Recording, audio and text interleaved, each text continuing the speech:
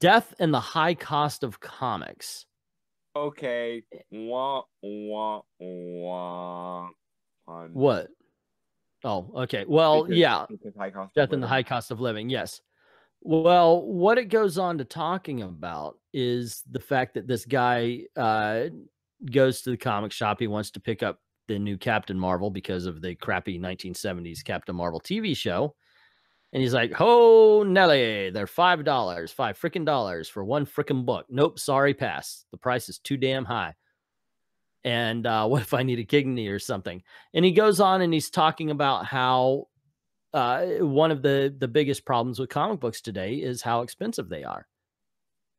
And of course, he does a little bit of the old man. In my day, yeah, they was only 50 cents, and I didn't have to spend all my money on the comic books when I could just go on and spend 50 cents. Oh God! Still have myself voice. Drink, ladies and gentlemen, drink for your life.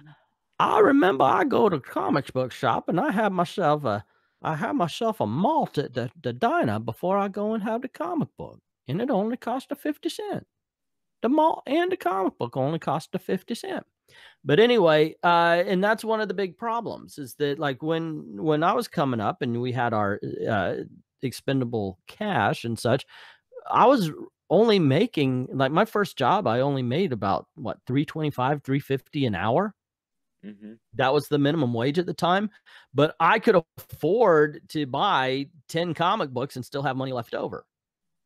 Mm-hmm. And, you know, he's talking about how one of the things that it's over and over again, like nowadays, your average minimum wage is what? It's $7.25 or $7.50 an hour. It's $7.50 up here in Pennsylvania. Yeah, and it's like in your average comic book costs $3.99, $4.99. That's almost an hour's worth of work for you. So let's see. It says if you are a kid working 20 hours a week making minimum wage, you can buy between 30 and 40 comics. Your comic buying dollar is worth 2/3 less than it was 30 years ago. If a kid sees that title and grabs them at the grocery store, and they don't even do that anymore, that $5 comic book price isn't going to be something easily accepted. And that's part of the problem that's going on with comic books today. Like, you go ahead. Here's another interesting wrinkle of it, which is the individual books are $5, $6, but a trade is usually between like 10 and 15 bucks, and that's 5 issues or 6 issues or sometimes even 10 issues. So it's not even cost effective within your own business model, because if you know, if I was in the habit of shopping for individual issues and I saw it was $5, I would go, nah, I'll just wait until this particular storyline comes out in a trade, and I'll get 5 or 6 issues for the price that I would have paid for 2 comics. Yeah. Hold on, Fragminion. Why am I going to get Sargoned on Patreon? He says, well, it looks like I'll be saving some Patreon money because Englantine's going to get Sargoned now. Yeah, it is kind of funny. And I agree with Undead Quinn. The dollar was worth more back then. That's absolutely the truth. I mean, my parents even have tales about, oh, well, you know, I had when my mother was working at Disney in the 70s and such, you know, she talks about how she was making like a little over $1, like $1.50 or something like that. I could be wrong about it, but point being, it was really low, but they were running a household on it. And now they talk about how, well, minimum wage shouldn't be the job you live on.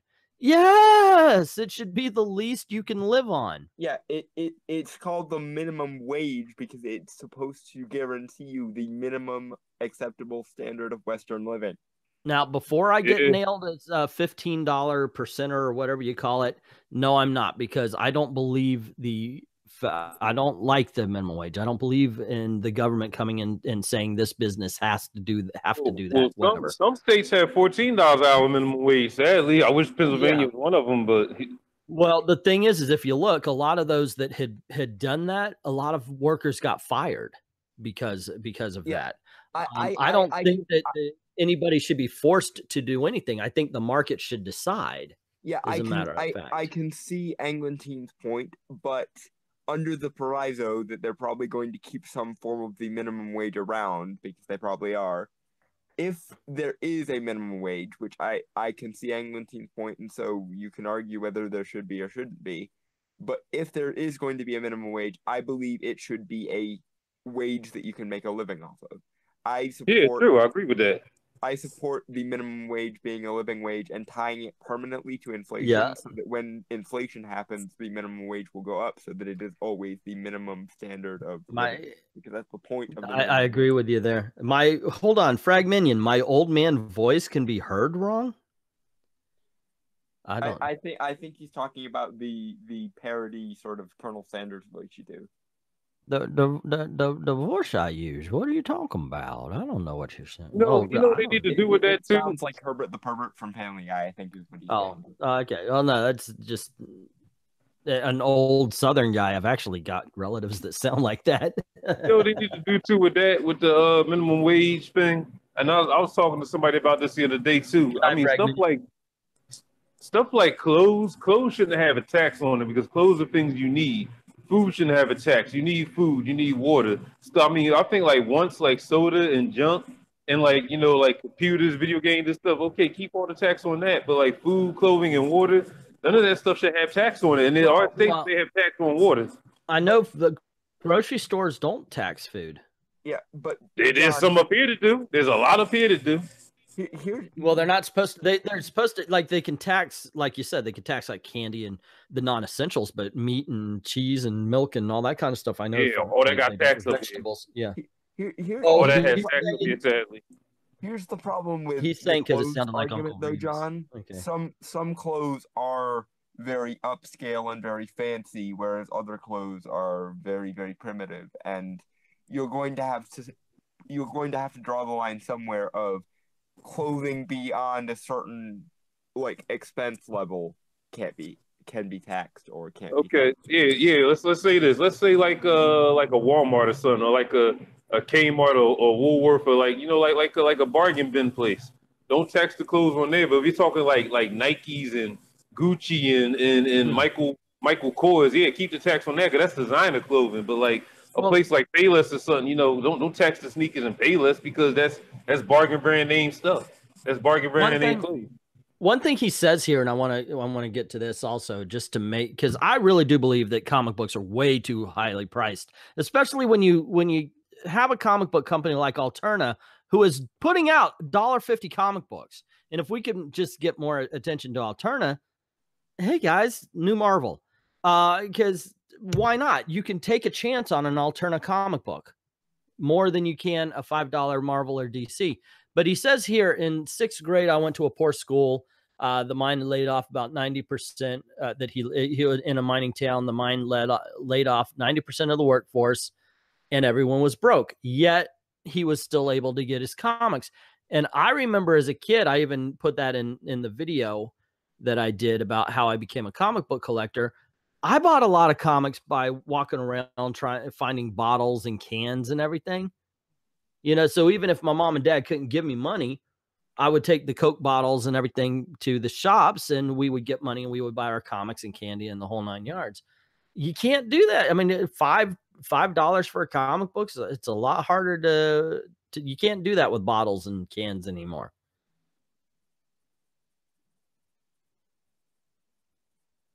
Did I lose you guys again? No, you're fine. Okay. Well, dang, say something when I stop. Dang. But yeah. I thought you were still going to continue. I apologize. Yeah, that was the end of my old man rant. I was waiting for you to maybe say something else. It sounded like there was more to that. But that's what I have to say about it. The children, you're cutting out. It's almost like a I want to say a self-fulfilling prophecy, because we have been saying for a long time that comics aren't just for kids. Comics aren't just for kids. Comics aren't just for kids. Now comics seem to only not be for kids. It's for everybody but kids, just based on the pricing alone. Well, yes and no, because just because you can't do it with, you know, bottles and cans anymore doesn't mean that kids don't still get allowances. And, you know, the amount of disposable income that kids have nowadays has gone up relatively on par with the price of comics. So if a kid goes into a comic store, it's likely they'll still be able to get a few comics before, you know, they have to leave. And yeah, then they got the other half. They got the other half of the spectrum where you got people to believe that, oh, kids ain't buying comic books these days because most kids these days want computers and iPhones and iPads and stuff. So the comic books are so high because only adult male and possibly a few female nerds who are working real jobs, only the ones read comic books. So, you know, they're $5.99 because those people could afford it. But even though it's still crazy to have a $5.99 comic book. Well, if you think about it, a video game, a $60 video game costs the same as 12 modern day comic books, which, you know, and they always point to the 12 comic books are going to give you what, like a total of maybe 2, 3, 4 hours worth of entertainment, while the video game is gonna give you 10 to 50 to 100 hours, depending on how complex the game is. Yeah, so it's a big difference. While and another thing, and by the way, we're also I do agree that like Maranya says $5 for a comic that had 32 pages of good art, story wouldn't be so bad, but $5 for 20 pages of garbage. There is, as always, the merit variable of if by paying $5 you got $5 worth of good comic, you wouldn't care about paying for it. But you don't get $5 of, you know, Neil Gaiman in his prime or Alan Moore in his prime. You get $5 of Gabby Rivera raking America Chavez. Or, as I brought up earlier before we started, Zoe Quinn's comic book came out today, ladies and gentlemen. I got a smode. 40 ounce of ice cold gender fluid, by the way, awesome name, says, I can't try a new comic with a high price point. Back in the day, I could get 3 or 4 I wanted, and then 3 or 4 I liked from the cover. And yeah, here's another thing that you just made me think about this 40 ounce. Also, I don't, and this is once again me being an old man going back in my day, the Marvel and DC their entire run was only like maybe 10 or 12, 15 titles. While I know today alone, not for the month, but today alone, 28 titles came out for Marvel. And 19 came out from DC. Yeah, 28. Like, yeah, you can't pick up. You definitely couldn't be a Marvel zombie or a DC, you know, and just pick up everything like we used to, because 28 in one day, and they're usually about 20 a week, 15 to 20 titles a week. So you're looking at. Sorry. No, go ahead. Not just that. How many of those are books that, you know, that nobody really wanted, about characters that they didn't take time to build up? They just threw them out there with a book because they're trying to make money. Yeah. And again, this is another one of those things where if all other things were equal on the merit front, this would actually potentially even be a positive. Because one of the things that always ticked me off with, you know, me always liking the obscure characters is there would be long stretches where, you know, the obscure characters never got storylines because they were the obscure characters. Now, you can have a bunch of obscure characters have their books. And if the books were good, that would ultimately be a positive thing, because you would have more choices and people would have to be more selective of, I want this book more than that book. But now it's less, I want this book more than that book, and it's more like, if I'm going to buy something, I guess I'll go with this because it doesn't look as shitty as the others. And that's just wrong. Make merit exist again, is I guess what I'm saying. Hashtag make merit exist again. Oh, he had the this guy who wrote the article had kind of the same thing I did when I was in middle school, or at the time it was junior high. We had basically a comic book club. You know, we would just, everybody would bring their comics and we would trade them and let each other read them and everything like that. Every single day I brought my comics to school with me. I noticed this kid really liked Iceman. Oh, yeah.